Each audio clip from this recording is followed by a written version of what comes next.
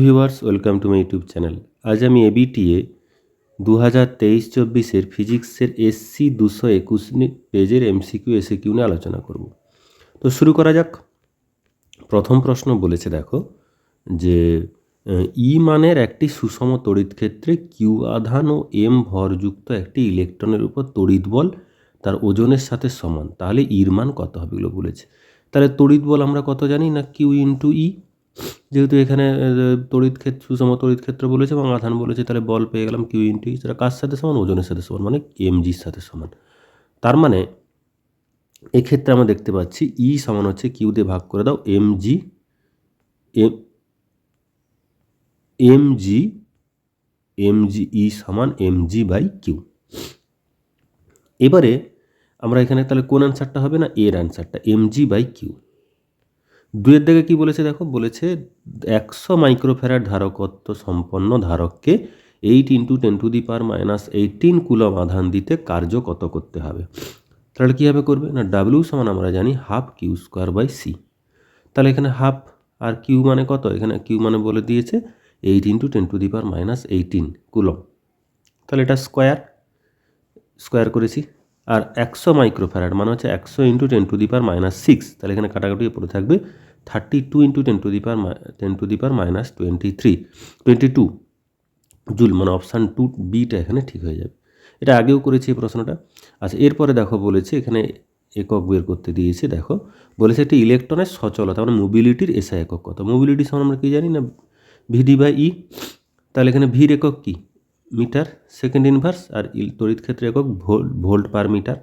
মানে এখানে তাহলে কি হচ্ছে, মিটার ইনভার্সটা উপরে উঠে গেলে মিটার স্কোয়ার হয়ে যাচ্ছে, আর ভোল্টটা উপরে উঠলে ভোল্ট ইনভার্স, আর সেকেন্ড ইনভার্স তো আছেই। তাহলে অপশান বিটা এখানে ঠিক হয়ে যাবে। চারের দাগে কী বলেছে দেখো, সুষম তড়িৎ ক্ষেত্রে বলরেখা কেমন হবে, এটা আমরা জানি, অপশান এটা ঠিক হবে, বলরেখাগুলি সমান্তরাল হবে। আচ্ছা, এরপরে বলেছে এম এর দাগে দেখো, বলেছে যে এম ভর ও কিউ আধান সম্পন্ন একটি বস্তুকণা একটি সুষম চৌম্বক ক্ষেত্র বিতে ভি দ্রুতি নিয়ে আর ব্যাসার্ধের একটি বৃত্তপথে ঘুরছে। কণাটিকে এক পাক ঘুরিয়ে আনতে তড়িৎ ক্ষেত্র দ্বারা কৃতকার্য কত হবে। আমরা জানি এক্ষেত্রে কত হবে, সরণও শূন্য, এবং এটা কার্যহীন বল অ্যাকচুয়ালি হয়, কিন্তু এখানে সরণও শূন্য হচ্ছে, তাই এখানে কত হবে, অপশান ডিটা এখানে হবে, অপশান ডি হবে 0। ছয়ের দাগে কী বলেছে দেখো, বলেছে পরবর্তী প্রবাহমাত্রা I সমান I0 সাইন 200πt-5 সমীকরণ দ্বারা প্রকাশ করা যায়। পর্যায়কাল কত হবে, পর্যায়কাল হবে I সমান I0 সাইন 200πt-5। তাহলে 2π আমরা জানি কি, তাহলে এই মানটা কত হবে, ওমেগা হয়ে যাবে। তাহলে এখানে 2πf সমান কত, 200π। তাহলে ফ্রিকোয়েন্সি কত হচ্ছে না, 200π/2π, মানে এখানে 100 হয়ে যাচ্ছে।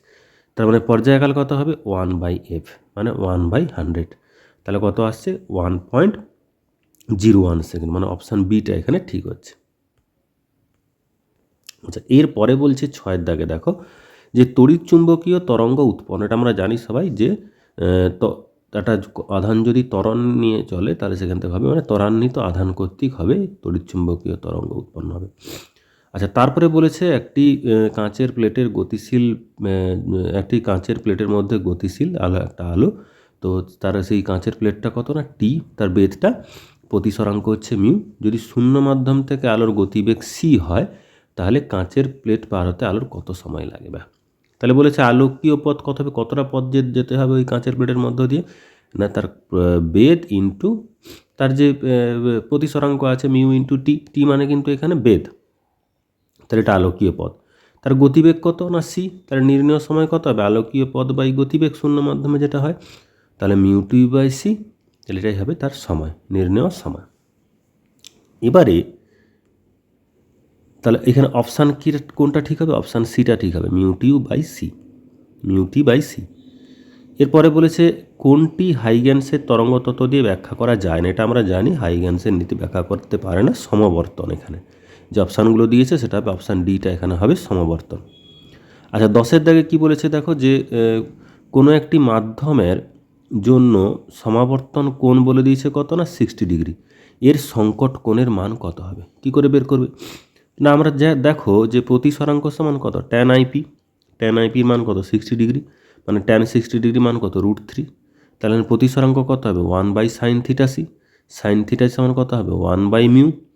তাহলে θc সমান কত হবে sin ইনভার্স অফ 1/μ। তাহলে মিউর মান কত বেরিয়েছে √3, তার এখানে বসিয়ে দাও। তাহলে sin ইনভার্স অফ 1/√3, মানে অপশান ডিটা এখানে ঠিক হবে। এরপরে বলেছে 11 দাগে, কোনো ধাতুপৃষ্ঠে 6 ইলেকট্রন ভোল্ট শক্তির ফোটন আপতিত হলে নির্গত আলোক ইলেকট্রনের সর্বোচ্চ গতিশক্তি হয় 4 ইলেকট্রন ভোল্ট।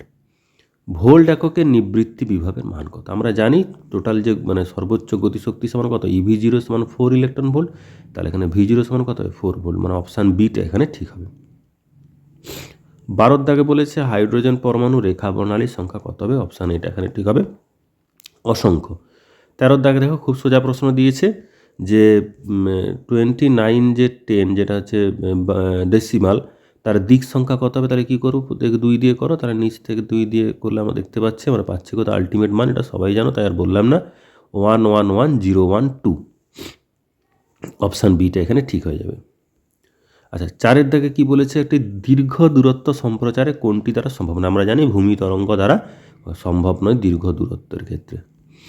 আচ্ছা এরপরে বলেছে যে এসে কিউ দেখো, বলেছে এল দৈর্ঘ্যের একটি তারকে বাঁকিয়ে বৃত্তাকার লুপ তৈরি করা হলো, লুপে আই তড়িৎ প্রবাহ হলে চৌম্বক ভ্রামক কত হবে? তাহলে দেখো বৃত্তাকার লুপের ব্যাসার্ধ যদি আমরা আর ধরে নেই, তাহলে 2πr সমান কত এল, তার পরিধিটা সমান টোটাল তারটার দৈর্ঘ্য, মানে এখানে আর পাচ্ছি L/2π। এবং লুপের ক্ষেত্রফল কত হবে? এ সমান πr², পাই আর আর এর জায়গাটা বসিয়ে দেবো L²/2π², মানে পাই সমান L²/4π², মানে হচ্ছে এখানে আমরা পাচ্ছি কত L²/4π। আচ্ছা এরপরে দেখো, তাহলে আমরা L²/4π পেয়ে গেলাম কি না ক্ষেত্রফল। তাহলে সুতরাং বৃত্তাকার লুপের চৌম্বক ভ্রামক কত হবে? I/A। আইয়ের মান আর এল ক্ষেত্রফলের মান কত? L²/4π। I L²/4π হবে এর অ্যান্সার। এইভাবে তোমাদের লিখতে হবে। তারপরে বলেছে শূন্য মাধ্যমের ক্ষেত্রে বিএইচ লুপের লেখচিত্রের প্রকৃতি কীরূপ হবে? খুব ভালো প্রশ্ন দিয়েছে এটা। শূন্য মাধ্যমের ক্ষেত্রে বিএইচ সম্পর্কটা কী হবে? বি সমান μ0H, যেহেতু মি ধ্রুবক, মিউ তার পরিবর্তন হচ্ছে না এক্ষেত্রে। তাহলে এক্ষেত্রে লেখচিত্রটি কী হবে? সরলরেখা হবে। লেখচিত্রটি হবে সরলরেখা। প্রকৃতি বলেছে যে সরলরেখা হবে। 2 দাগে বলেছে একটি পরবর্তী প্রবাহের রাশিমালা বলেছে I সমান 300 sin ωt, এর গড় বর্গবেগের বর্গমূল নির্ণয় করো। খুব সোজা প্রশ্ন দিয়েছে। I সমান 300 sin ωt, মানে এখানে I0 সমান পাচ্ছি কত 300, তাহলে IRMS হবে I0/√2, মানে 300/√2, মানে 212.13 অ্যাম্পিয়ার হচ্ছে তার আরএমএস মান। আচ্ছা এরপরে বলেছে একটা অবতল লেন্স কোন অবস্থায় সমান্তরাল রশ্মিগুচ্ছকে অভিসারী রশ্মিগুচ্ছে পরিণত করে? খুব ভালো প্রশ্ন দিয়েছে। তাহলে এটা আমরা কীভাবে লিখবে দেখো, যে অবতল লেন্সকে যে মাধ্যমে রাখা হয় তার প্রতিসরাঙ্ক লেন্সের উপাদানের প্রতিসরাঙ্কের চেয়ে বেশি হলে অবতল লেন্স সমান্তরাল রশ্মিগুচ্ছকে অভিসারী রশ্মিগুচ্ছে পরিণত করে। মানে প্রতিসরাঙ্ক, মানে যে মাধ্যমে রাখা হবে তার প্রতিসরাঙ্কটা কী হবে? লেন্সের উপাদানের প্রতিসরাঙ্কের চেয়ে বেশি হতে হবে, দিলে ওই সমান্তরাল রশ্মিগুচ্ছ অভিসারী রশ্মিগুচ্ছে পরিণত হবে। আচ্ছা এরপরে বলেছে দেখো অথবাতে তারই, যে কোনো প্রিজমকে জলে ডোবালে ন্যূনতম চ্যুতিকোণের কীরূপ পরিবর্তন হবে? বলবে যে কোনো প্রিজমকে জলে ডোবালে ন্যূনতম চ্যুতিকোণ কী হবে? কমে যাবে। বুঝতে পারলে? আচ্ছা এরপরে বলেছে দেখো যে জেনার ডায়োড ও ফোটো ডায়োডের বর্তনী সংকেত। এখানে বর্তনী সংকেত মানে যার সিম্বলটা বলেছে। জেনার ডায়োড দেখো, এটা ডায়োডের, এটাকে অবশ্যই জেড আকারে লিখতে হবে। আর ফোটো ডায়োড দেখো, ডায়োডের যে আলোটা এসে পড়ছে সেটা যেন থাকে। তো এখানে আমি সমস্ত কিছু আলোচনা করে দিলাম। তোমাদের যদি কারো কোনো প্রশ্ন থাকে অবশ্যই কমেন্ট বক্সে করো, আর চ্যানেলটাকে অবশ্যই সাবস্ক্রাইব করে নাও। আর যদি কারো কোনো জিজ্ঞাসা থাকে অবশ্যই কমেন্ট বক্সে বারবার লিখবে, আর অবশ্যই এটাকে শেয়ার করো, বারবার বলছি, দিলে আমি পরবর্তী ভিডিওগুলো আরও আনবো। তো best of luck, thank you.